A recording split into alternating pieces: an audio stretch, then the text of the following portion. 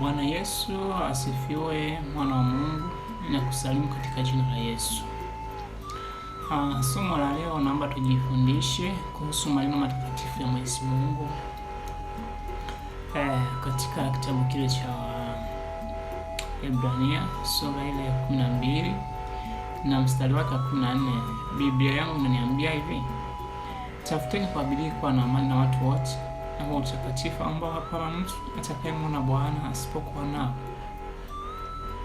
Bwana Yesu nakubariki kwa maneno haya matakatifu ambayo yalinenwa katika kitabu kile cha Ebrania.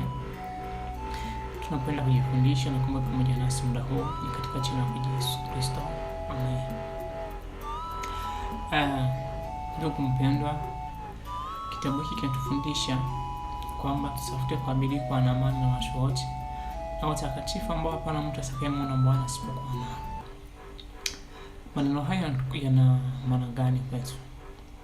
Haya maneno yanatufundisha kwamba tuwe na amani na watu wote, tusiweze kumchukia mwanadamu awaye yote.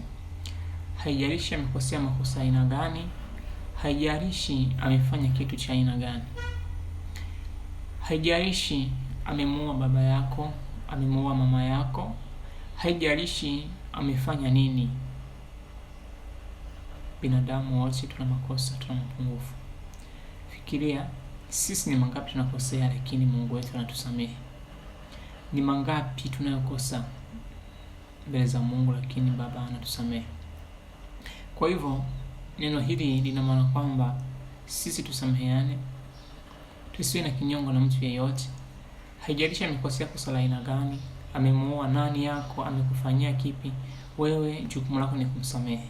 Samehe 7 mara 70 bila kujali hili wala lile. Mungu akubariki sana. Jitahidi utafute kwa bidii kuwa na amani na watu wote, kwa sababu mtu ukiwa na amani naye huwezi kumchukia. Yaani hili neno linaambatana na ile neno kwamba tupendane, kwa sababu ndugu yako ukiwa unampenda au jirani yako ukiwa unampenda huwezi kumchukia, huwezi kuwa na kinyongo naye, utakuwa na amani naye. Hata kama atakosea lazima msamehe kwa sababu unampenda.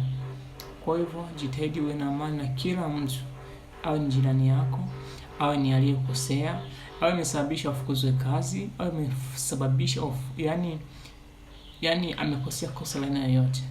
Jitahidi msamehe, usiwe na kinyongo naye. Mungu akubariki sana.